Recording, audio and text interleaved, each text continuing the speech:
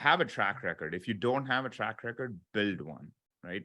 And when I say build a track record, you don't, if you're a newbie that's just probably 25 years old and you're getting into this, build trust with people around your circle of influence that and get the education that is needed to actually go raise capital. You don't want to sound like someone who does not know what the deal is about when you go to raise capital. You want to know everything about the deal, and you should be able to stand behind the deal. Welcome to The Foundry, where leaders are forged daily. Each week, we investigate themes of leadership, entrepreneurship, and mindset with some of the greatest minds in real estate. And now, the data scientist of real estate, George Roberts.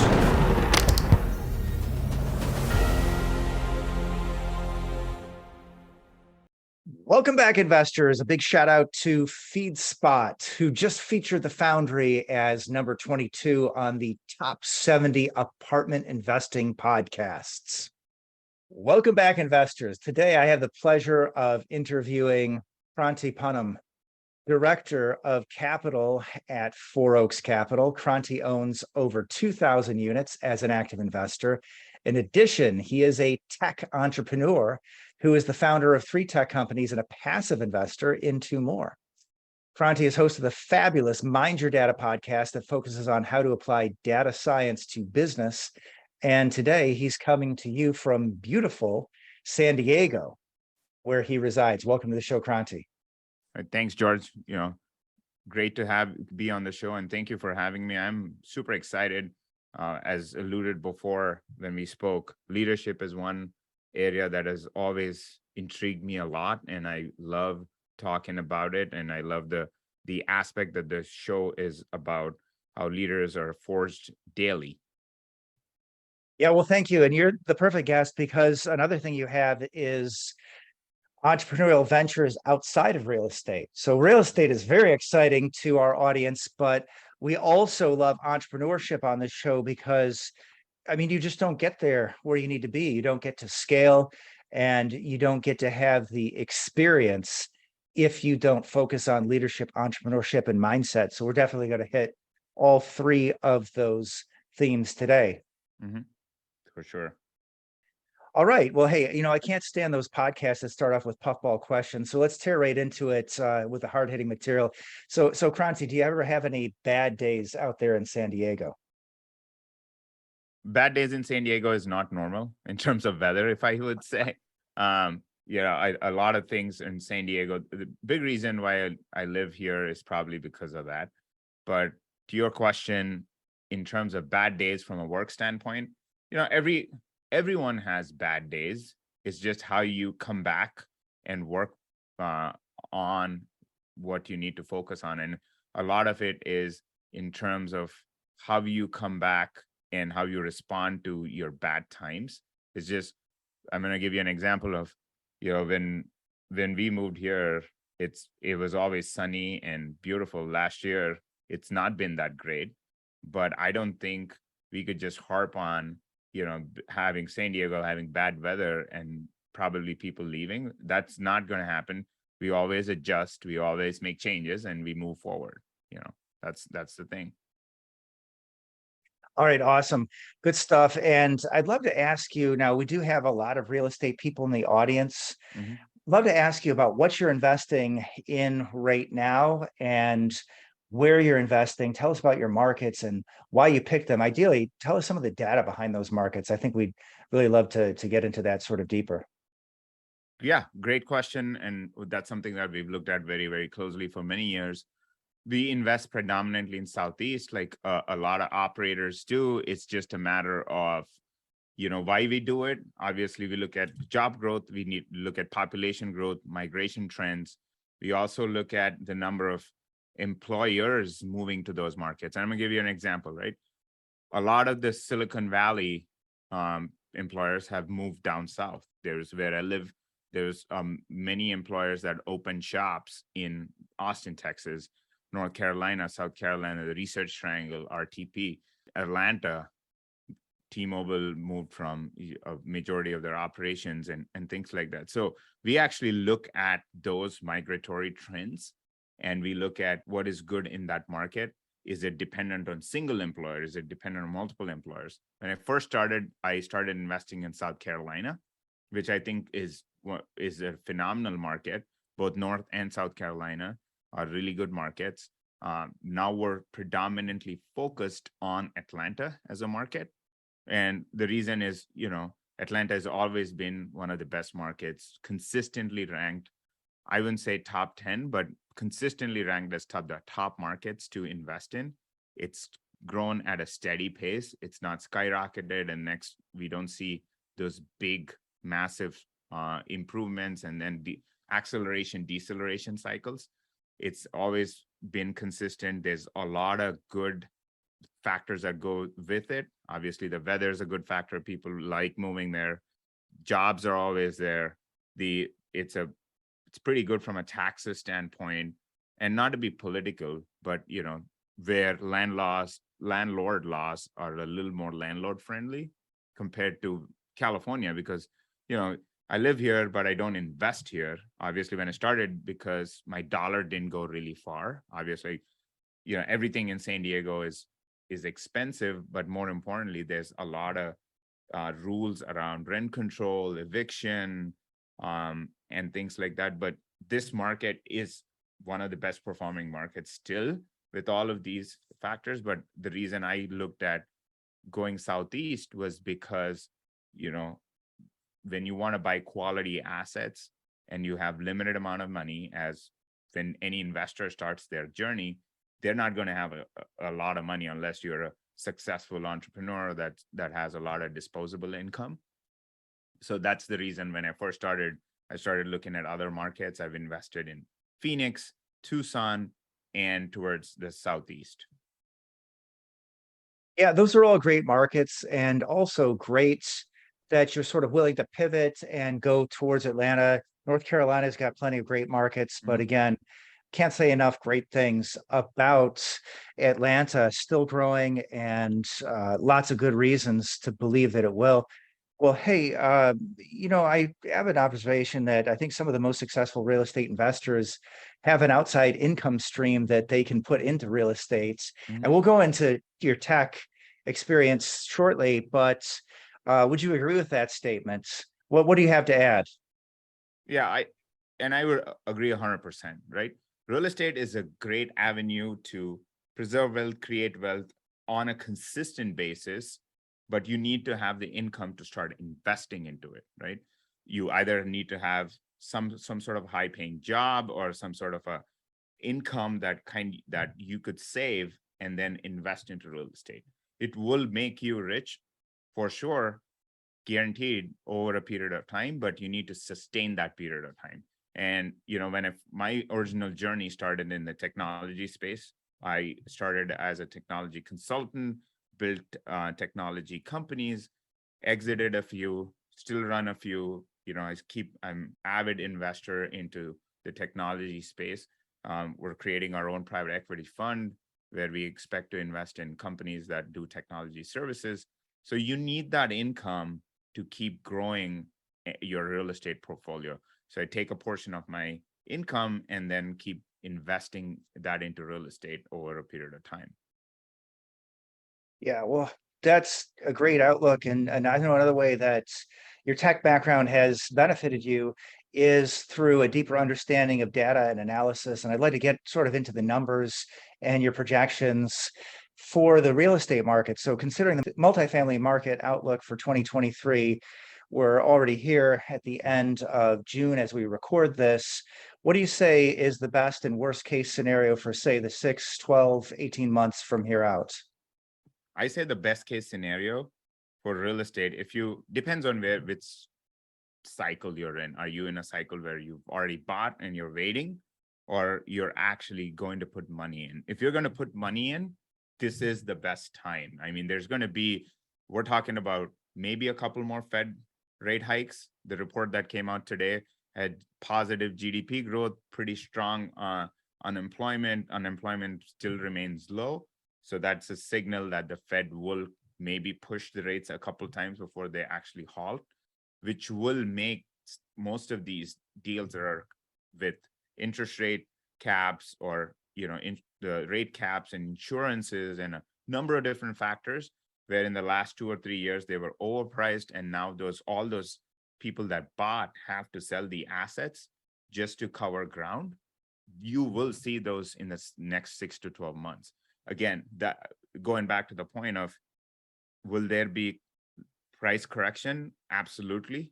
In terms of the type of asset, quality assets, which are cash flowing, which have been managed well, and which are performing, I think most of the people will keep them, probably not sell them until the rate starts to go down.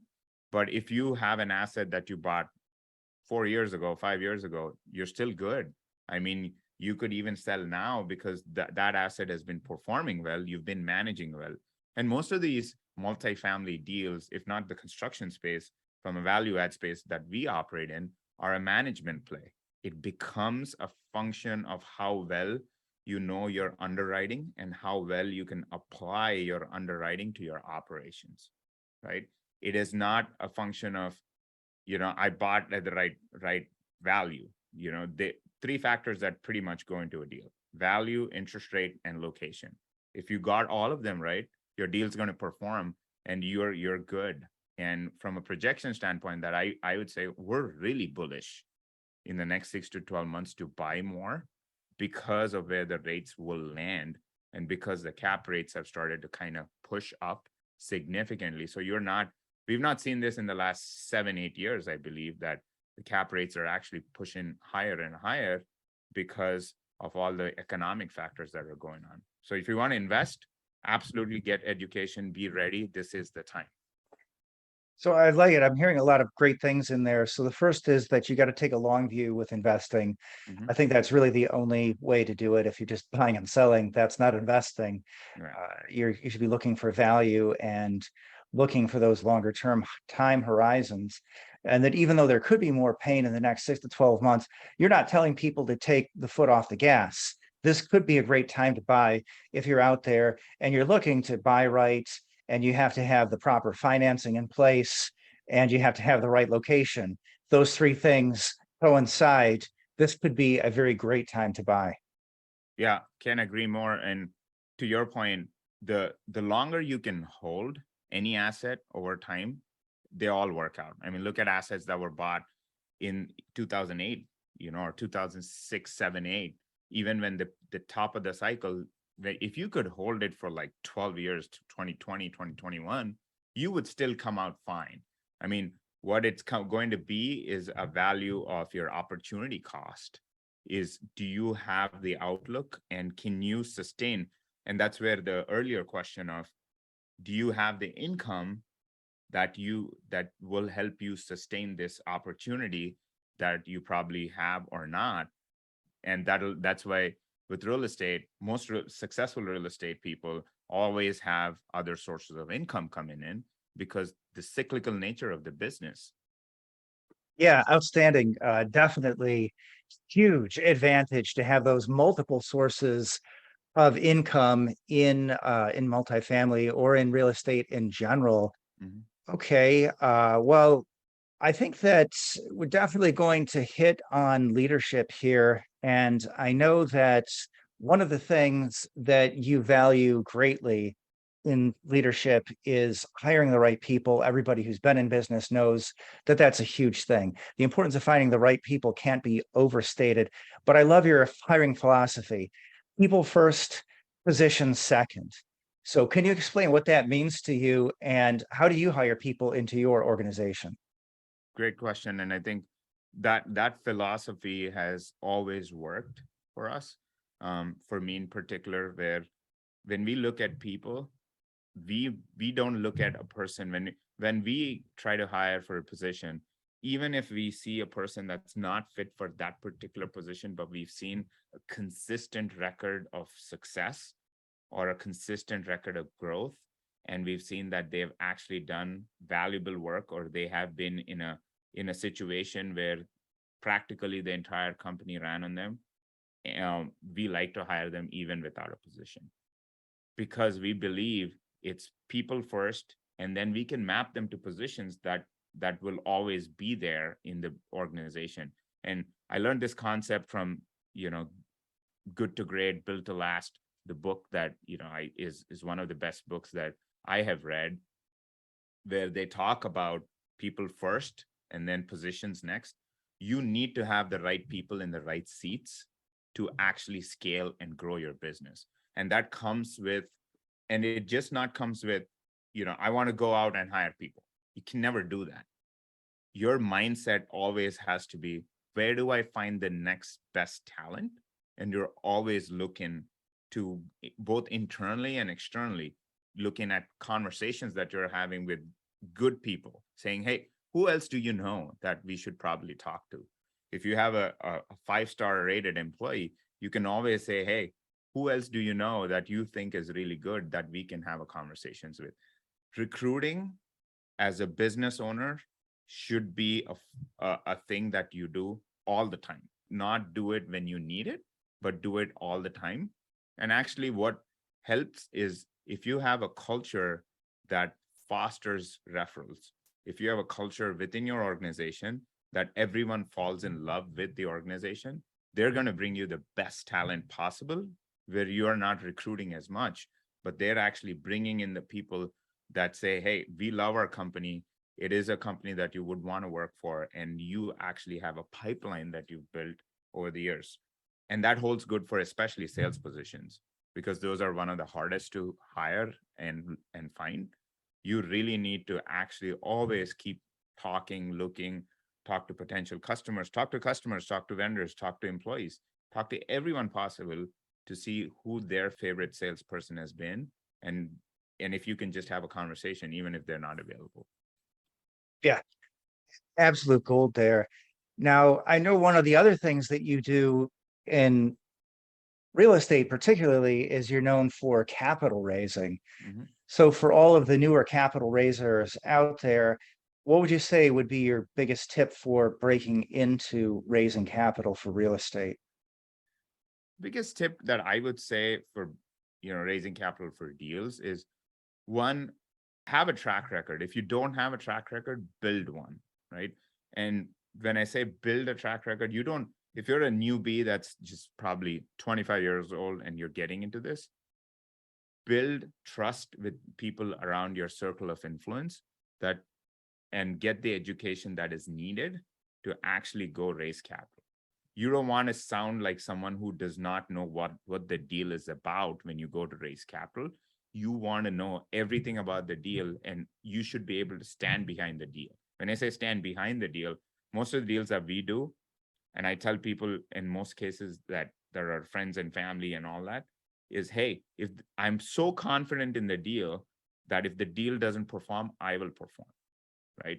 It's that level of confidence you should have in what you're trying to do to actually go raise capital. And capital raising, most people think is, oh, I'll only raise capital from, people that I know, people that I, touch, feel, get into contact with. But if you really want to take capital raising as a profession, you should know how to raise capital even without the people that are around you. You have to build those systems, processes, technology usage, all of that, and actually build those systems and processes to allow you to raise capital even when you're sleeping. And that means you have to build a brand around yourself.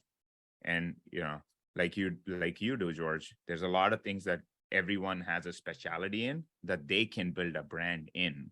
And you have to really create that branding for yourself, self-brand yourself as an expert in certain areas that people will follow you. And you could be an expert at capital raising, but you need to have either a core group that you teach people, or you basically run a podcast, or you could basically run a Facebook group, whatever it is.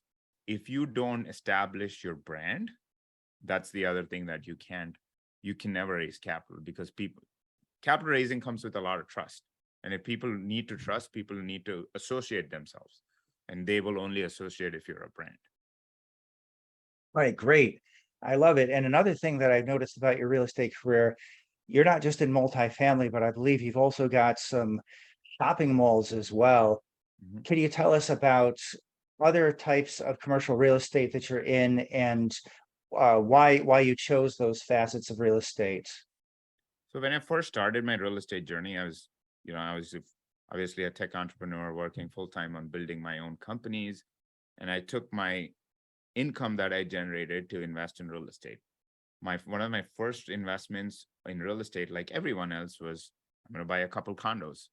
So I have a couple rental apartments that are still around that kick cash flow out, that do very well.